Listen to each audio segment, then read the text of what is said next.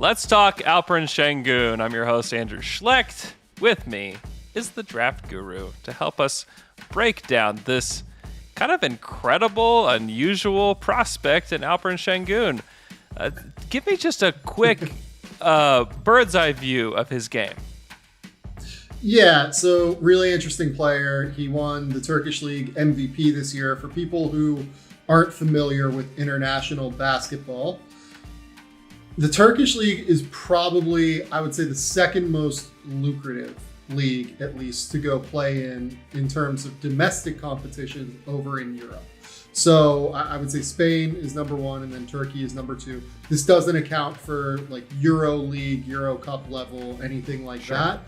But it's a really good approximation, I think, of just how impressive it is that this teenager, who is 6'9", 235 pounds, was able to win the MVP award of a league that is considered this strong at such a young age.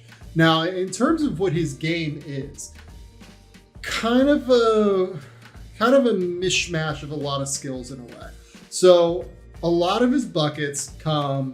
First and foremost, he's a great offensive player. We should mention that. He's not an awesome defender, and I'm sure we'll talk about that later on, but most of his game comes on the offensive side. He averaged like 17 points and 9 rebounds this year in Turkey. So what he does well, he sets screens really well. He dives to the basket really well. He has exceptional hands. I think that is the thing that stands out most when you watch his tape. He just has really, really good hand-eye coordination and really, really good feel for how to dive into those open spaces in the lane, or how to dive into those open spaces in the dunker spot, how to seal off his man if he sees he has a mismatch. He just has exceptional basketball feel and understanding for how he wants to go about attacking his defender or attacking the way the defense presents to him. On top of that, throughout the year, Şengün did a really, really good job of kind of showcasing that he has an expanded game beyond just being a pick and roll big, right? Like, he would pick and pop out to three, pump fake, drive all the way to the rim. And if he gets a bit of a loading area in terms of, no one in front of him, he can throw down like a pretty real dunk. He's not like a crazy explosive athlete, but if you give him time and space, he can do it. Now, you don't always have that time and space in the NBA, and I think that trying to figure out where he falls athletically is a big part of what this translation is going to be.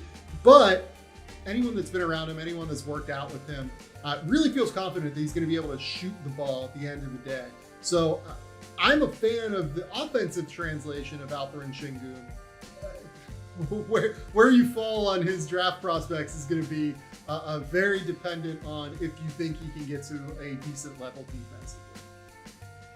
Yeah, there's a lot of projection that you have to do with him to get there, because like you said, you watch him early on in the season, you're like, okay, this is kind of a throwback guy.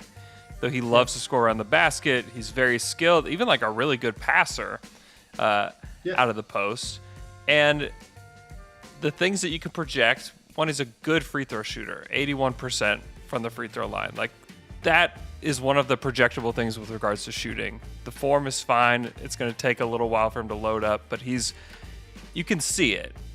But you also just have to say, can he be a modern big man? Like, well, he's got to get a little bit better as a shooter. He's got to be a little bit more mobile. He's got to do all these little things, but you can see that he has the tools. And he showed more of a propensity to shoot jump shots as the season went on. He took a lot more jump shots, even just like longer twos as the season went on. But there's still, to me, just so much projection, and it's going to be like beauty in the eye of the beholder type of thing with him to get there. Well, it's hard because, as our colleague John Hollinger at The Athletic has written, these guys that have this track record of success at such a young age in Europe, they always succeed basically in the NBA. Sure. Like Jonas Valanciunas, you can say Luka Doncic, you can say, going back, like Peja Stojakovic had really high level success at a really good league, and I believe it was in Greece, if I remember correctly, before he came over. You can go up and down the list in these guys that are this good. in terms of production. Like not just, Mario Hezonja holding down a high level EuroLeague rotation spot, or Dragan Bender, getting some minutes here and there playing for EuroLeague Maccabi Tel Aviv, right? Guys who are MVPs of their league, like for instance, like Yusuf Nurkic was this ridiculously productive over in the Adriatic League before he came over. Guys that are this productive tend not to fail. So on some level, you have to kind of just rely on the track record that this guy's numbers are gonna, in some respect, translate, because he just is so skilled, right? Like he has such good touch, he has such good hands, he has such good footwork, he's really strong. And the trajectory is really interesting. Like, 18 months ago, you can go back, you can watch him in the U19s back in 2019, where he played against, in the finals, another very high level prospect that I like in Santi Aldama. And I just went back and watched this game because I was writing about Aldama. He's just heavier. Like he probably looks like he weighs 20 more pounds than what he does now. And that trajectory is interesting insofar as I think it showcases how high level his work ethic is. It showcases how much care and craft he's going to put into his game. The trajectory here, it's not really a center. It's more like what happened with Kevin Love later in his career. Like Kevin Love came up with UCLA and in high school, and like Kevin Love was a heavy dude. Like he was sitting there, he was probably 6'10", 260 pounds, and then gets to UCLA, gets into the NBA, continues to get in better shape, better shape. Now he's doing like ads for Banana Republic, right? So like we're at the point where these guys can really improve their bodies, and Şengün is just doing it a little bit earlier than what a lot of other guys have in the past. So it's interesting. Again, we're avoiding talking about the defense because it's not a fun conversation to have. There are so many things to love. There are so many things to love about him. Even the fact that his coach got fired, like, what was it, 8 games into the season? And he kind of maintained, like, being the guy and helped take them to the playoffs. Yeah, there's a lot of things. But the defense is a problem.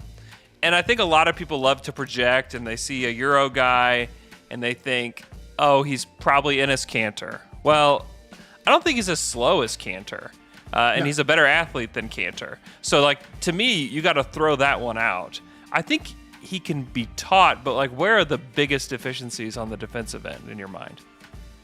So, this isn't like a skill-based deficiency. It's more of a role-based deficiency in terms of the way that I think about the NBA now, right? Şengün is almost too small to be a 5, because guys, even in like the Turkish league, finish over the top whenever he's the weak side rim protector rotating. Like it just happens because he's not wildly explosive off of 2 feet, verticality, loading up, right? He's also not really good enough with his feet. While his footwork on offense is strong, he doesn't really have that lateral quickness to be able to go out and like switch and be able to play at a high level defensively, which leads to concerns whenever you're talking about a playoff team, right? Like, again, he's going to get better at this, I think. He's going to improve. It's not a situation where I think he's a total lost cause, because his feel for the game is really ridiculously high, and I think he is going to be exceptional with working with angles and working with his body in positioning, being able to guide guys into disadvantageous spots on the court. But at the same token, you look at the playoffs right now, I mean, you play one big essentially, and it's if that big can be a high-level rim protector and floor spacer. Şengün has the ability to be the floor spacer long term, I think. I don't know that he has the physical tools to be able to be a high-level rim protector, which means everyone around those guys tends to have to be switchable. You look in the finals now, when Brook Lopez is out there, they're running drop coverage, but like you need to be able to at least run some exchanges. And even Milwaukee this year has been forced to switch a little bit more than what they would like to, I think, in terms of defense, because my running philosophy with basketball in the playoffs is just, at some point, offensive players in the NBA are so good that they're going to break your scheme. It's going to happen. There's just nothing that you can do defensively unless you are one of the 10 best defensive teams of all time, basically. That you're not going to get broken and have to adjust to something else in the NBA. So the way that you have to adjust is you have to be versatile. You have to be able to do a lot of different things. And very high IQ players do tend to be versatile and do tend to be able to do some different things. But I worry about if he's laterally quick enough to be able to switch and if he's big enough to be able to protect the rim. And that's just kind of a dead zone for NBA defenders now. Like it's hard to find a role for those guys if you just don't have those, specific skills that teams like to use in the NBA. Again, I brought up Kevin Love earlier. Like, it's kind of a similar thing. And the Cavs figured out a way to make Kevin Love work in the playoffs. And Kevin Love got better with his footwork and got more switchable and got into way better shape throughout the course of his career. It's just tough, I think. And I don't think that Şengün is going to be for everyone because of that. Yeah. Let's talk range. Obviously, there's this drop off at 7, and I could tell you the 18th guy that goes 18th in this draft is going to be the best out of that group. I mean, it feels like nobody really knows, and so it makes me think that he could go anywhere in that range, probably in the earlier half, but it wouldn't surprise me if he slipped. Wouldn't surprise me at all because we've seen with bigs what happens, right? Like, big men tend to fall. This is not a situation where you're talking, an elite level, ridiculous, Jaren Jackson Jr., DeAndre Ayton, etc. Right? Those guys are worth taking, premium draft picks on. Şengün is more complicated because there are so many holes. Like, the team that stands out to me is San Antonio. Like, San Antonio's sitting there at 12. They have a really great defensive center in Jakob Poeltl, who I think his development over the last couple of years has gone really underrated in terms of what he's capable of bringing to the table as a tried and true rim protector who's exceptional positionally, who, look, you don't want him out on an island defensively, against a great guard. But if he stops them, you're not totally surprised either, right?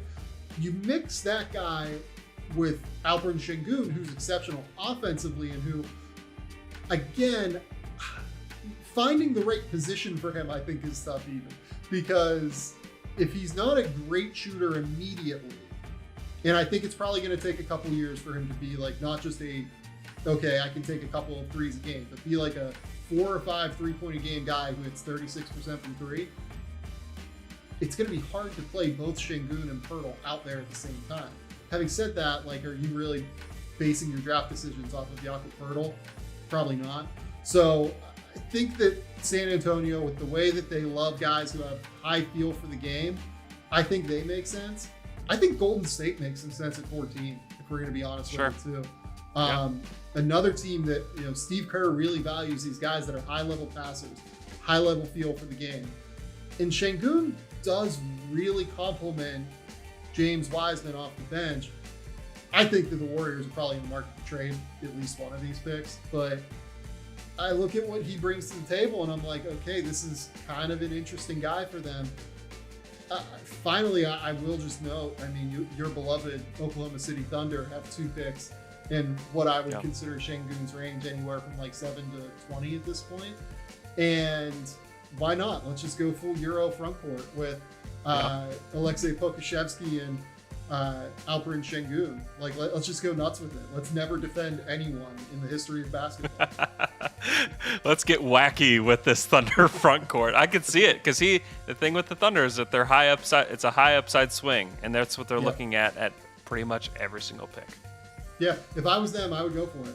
I'd just be let's see what happens, because Pokusevski is no sure thing. I do feel good about Şengün being, I don't know if I want to say a sure thing offensively, but he's going to be valuable on the offensive end of the court. It's just what he do.